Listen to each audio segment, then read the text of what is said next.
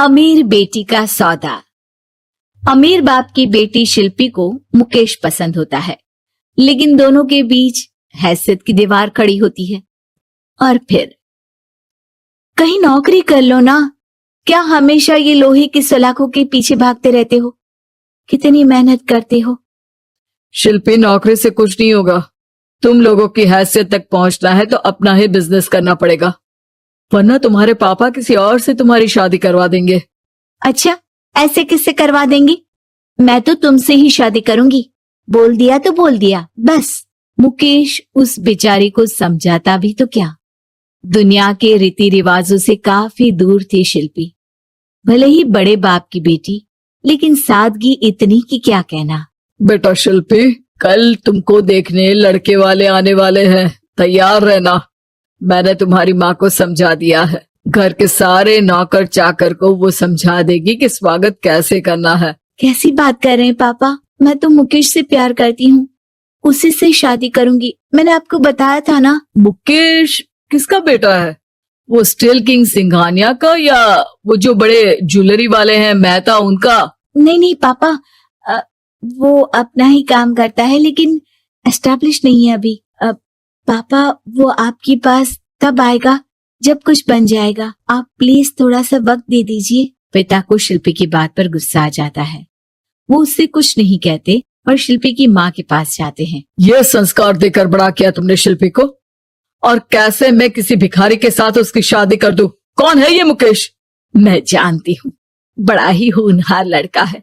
शिल्पी से बहुत प्यार करता है और शादी करना चाहता है।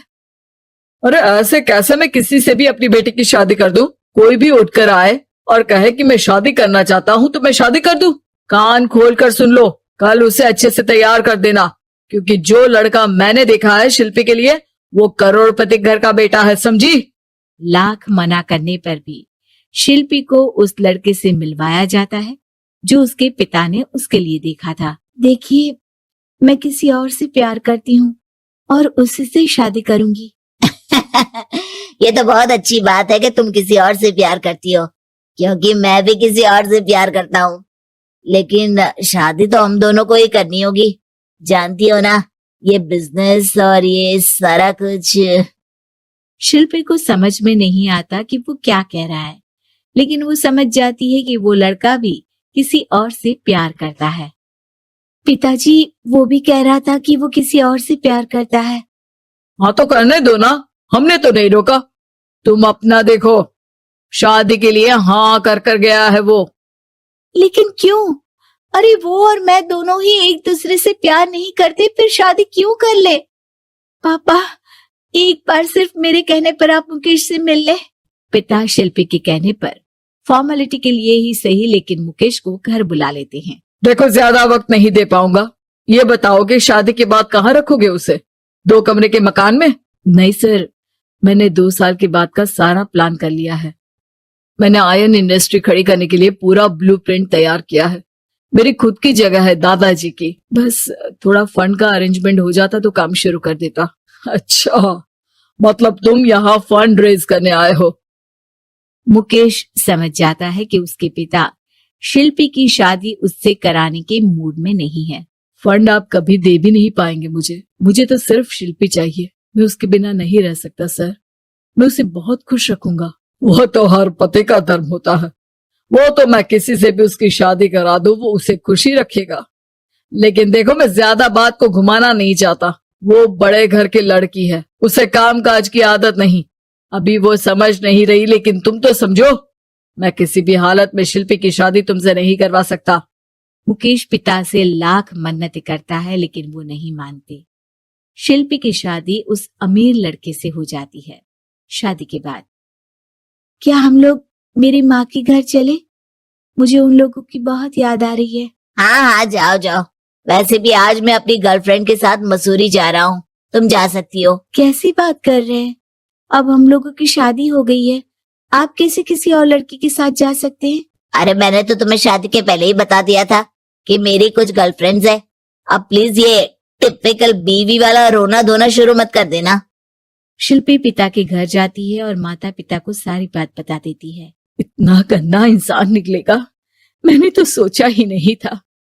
अरे क्यों कराई मेरी फूल जैसी बेटी की शादी ऐसे घर में। और तो क्या हो गया, शुरू शुरू में हर घर में ऐसा होता है, धीरे धीरे ठीक हो जाएगा।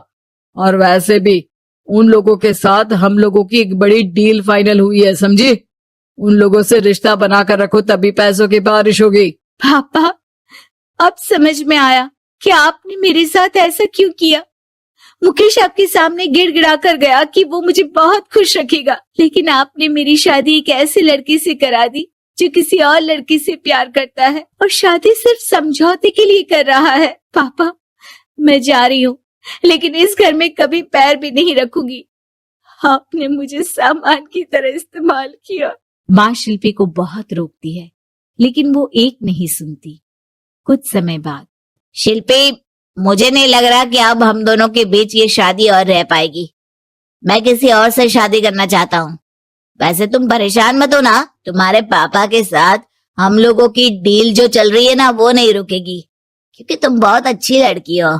ठीक है, मैं जा रही हूँ तलाक के पेपर में साइन करके, लेकिन एक शर्त है, मैं कहाँ गई ये बात मेरे पिता तक नहीं पहुंचनी चाहिए। शिल्पी घर छोड़कर चली जाती है। वो एक नौकरी करती है और अपना जीवन खुद संभालती है। लेकिन एक दिन, शिल्पी जी, आपसे मालिक मिलना चाहते हैं। मुझसे क्यों? शिल्पी मालिक के कमरे में जाती है, जहां सामने मुकेश होता है। अरे आपको देखकर बहुत खुशी हुई, बहुत बड़े आदमी बन गए। थैंक्स, पर तुम्हें नौकरी करने की क्या जरूरत पड़ गई? मैंने तो सोचा भी नहीं था कि तुम मेरी शिल्पी होगी। तभी वहां शिल्पी के पिता आ जाते हैं। शिल्पी, तुम्हारे बारे में माँ से पता चला। घर चलो बेटा, मुझे माफ कर दो। मुकेश, मैं यहाँ अपनी कंपनी के काम के लिए आया हूँ। तुम्हारी कंपनी की डील अगर हमें नहीं मिली तो हम बर्बाद हो जाएंगे। वैसे अब तुम चाहो तो शिल्पी की शादी मैं तुमसे कराने को तैयार हूँ। बस करिए पापा, ये क्या सौदा लगा रखा है आपने। जिस कंपनी से आपकी डील हो, अपनी बेटी की शादी उसी के घर करा देते हैं। शिल्पी मुकेश से माफी मांगती है और वहां से जाने लगती है कि मुकेश उसे रोक लेता है। रुको शिल्पी, ये सब कुछ तुम्हारे लिए है। ये कंपनी, ये नाम सिर्फ तुमसे शादी करने के लिए ही खड़ा किया था। मैं आज भी तुमसे बहुत प्यार करता हूँ।